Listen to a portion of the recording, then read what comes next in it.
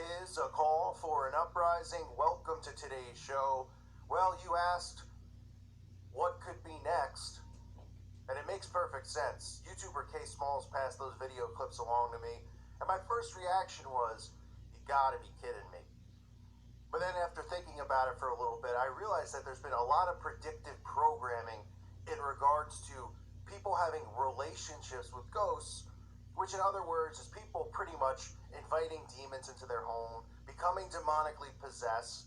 This is stuff that we're actually going to see go on in this world, which is insane to think about. But it really already does go on. Because when you think about what these Satanists and occultists do, they summon these spirits, they allow these spirits to possess their bodies.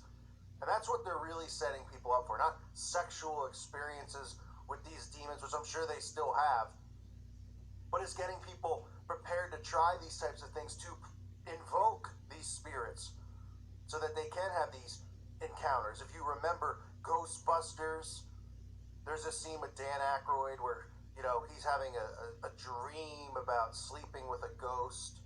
Obviously, the movie Ghost, everybody remembers, with Patrick Swayze and Demi Moore, right?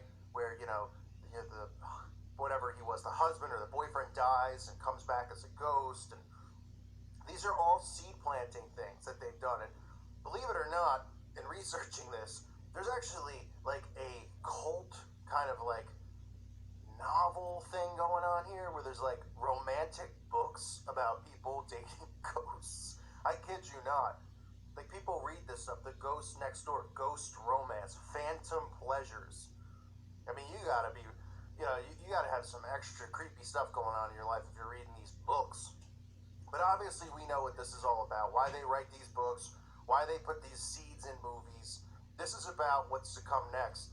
With the invoking and the inviting of spirits into homes, which people already do subliminally, whether they know it or not, if they realize it or not, when they're playing games like the Ouija board, they're inviting spirits into their house, they're invoking spirits. And if it's not weird enough for you, this is actually becoming a fetish. The woman who spoke in the beginning of the video has actually been, she goes deeper into detail, but she's actually left her fiance. She's now in relationships exclusively with ghosts, right? The woman has ditched men completely to have sex with ghosts. And she's currently having sex with a 19th century man. Whew. Can't make this stuff up, folks. Women in the UK are ditching their male lovers in favor of ghosts. In the past few days, not one but two women have come out to share their experiences of paranormal passion. A woman claims she had amazing sex with the ghost of a 19th century man. And the reason I'm laughing is I do believe that this is possible and true, because I do believe what they're really referencing is demonic possession and summoning of these spirits. But how does she know it's a 19th century man, right? Like, and why is she invoking? And just really bizarre stuff. The 19th century man, what did he have? Like a top hat and a pipe in his mouth? He's probably some type of Freemason. The 19th century man, while another says she left her fiance for a string of ectoplasmic encounters. Yes, apparently this is a term. Ectoplasmic encounters. This isn't the plot to Ghostbusters 2. Amethyst Realm, the person's name is, so her last name is Realm, which, it could, obviously these could be plant stories, but this is really to plant seeds in people. They want people doing this type of stuff. They want people who are like, look how desperate the world is getting. People, like, nobody seems to be able to date anymore or find anyone anymore, from everything that I see, because they create this illusion with all these TV shows that, you're not with the right person, or you can do better than that, or how do you find your perfect match? And they want all these analytics to be used, right? Like, oh, do you like coffee? I like coffee. Great, maybe we're a perfect match. You like this football team? I like this football team. Maybe that's what these sites do. They just use analytics and stuff, and it has nothing to do with compatibility or any of this stuff. They just pretty much are setting people up for failure in relationships. Then they can push stuff like this where they're like, you don't need, this is what I was saying with artificial intelligence, right?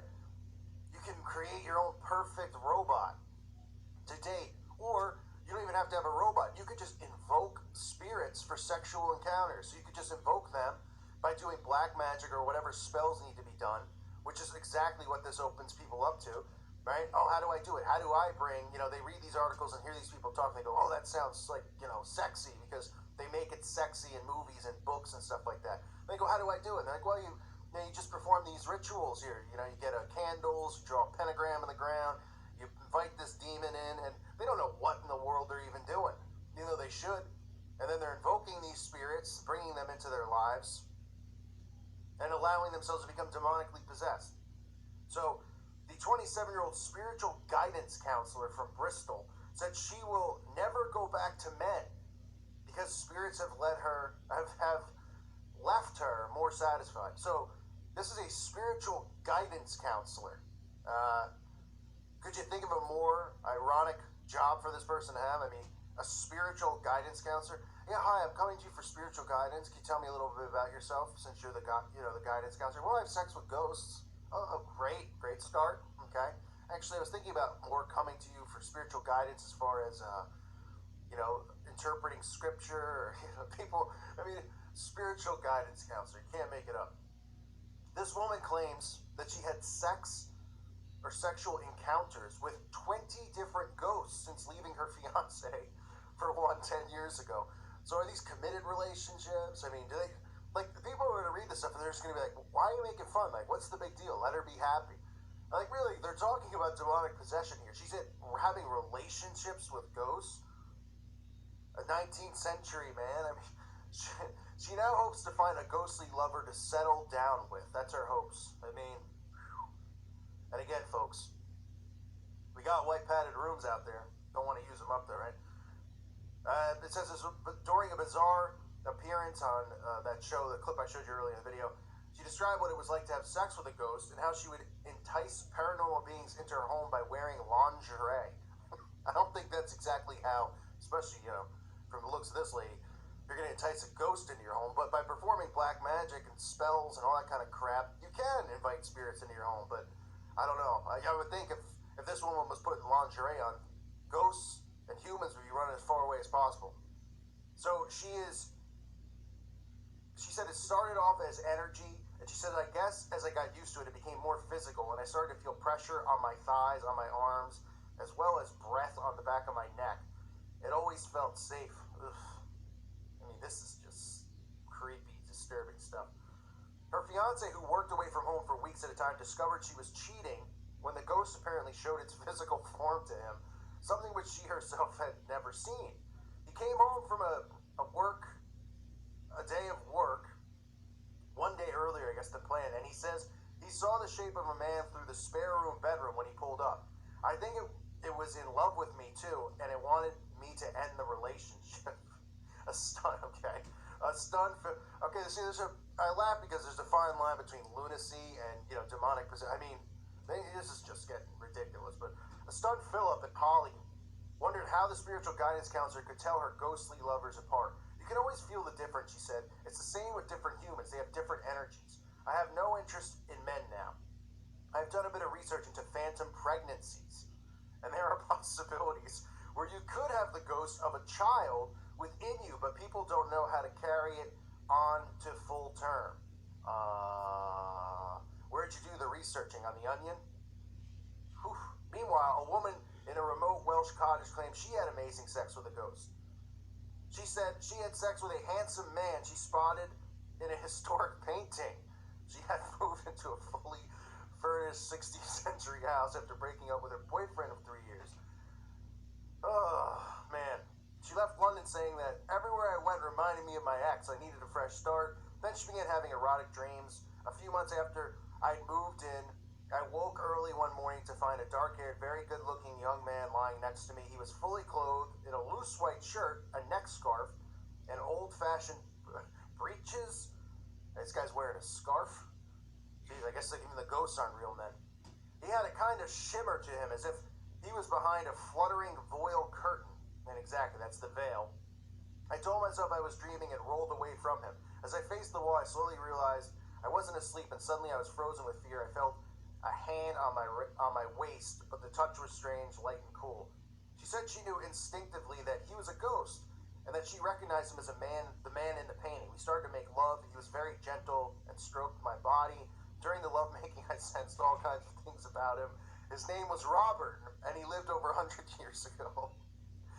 Oh boy, we didn't speak. Yeah, I wonder why he didn't speak. It was as if he was communicating with me telepathically. His body was soft and light. Even when he moved on top of me, pressing down, he felt almost weightless. It was very strange, but the sex was amazing. I was totally perplexed about what had happened. In fact, I started to wonder whether it had happened at all. In the end, I told myself it was a very wild, vivid dream and put it in the back of my mind. I can't believe this article's continuing on this morning. She said they may love again in the morning, and then he got dressed and left the room. I was expecting to hear his footsteps on the wooden stairs, but there was no sound. I watched him through the open bedroom door and saw him kind of fade as he approached the top of the stairs. She got up and followed, but Robert was gone. He appeared one more time after that. It was a nighttime, and I was just drifting to sleep. All of a sudden, her clothes slid off of her, and she could feel a cool hand running up her thigh under her shirt. I mean, boy, oh boy. What experts say, psychotherapists say, although the experience of making love with a ghost felt very real to them, the specter sex always happened either early in the morning or late at night while she was just waking up or nodding off. It's well known that particular types of hallucination occur during the transition from wakefulness to sleep, or from sleep to wakefulness. Stress, anxiety, depression, and trauma can make people prone to this form of hallucination. Well, yes, so can trauma-based mind control. But in a sense, really, like I'm saying, what they're trying to do here is really prepare people for this stuff. And have people want to invoke spirits and do that sort of thing. You know, and that's why there's been seed planting through all these romance novels and Ghostbusters, the scenes with the, sexual encounters with ghosts. Even when Bill Murray and Sigourney Weaver's character, she's possessed, there's still sexual, innuendos, or he's, interested in her, just bizarre kind of stuff. And same with ghosts. So this is the world we're living in, folks, in 2018. The veil's being lifted. I mean, we still have a lot of white padded rooms. I'm not saying that these people, are making any of these stories up. Maybe they are. I mean, I fully believe in demonic possession. I believe they can invoke these spirits and do these things. But I believe that these are obviously just ways. Listen, we got people who are dating trees. I mean, how many videos have we done on people and what the things they're dating and doing? I had a woman who was married to a chandelier I covered on my other channel.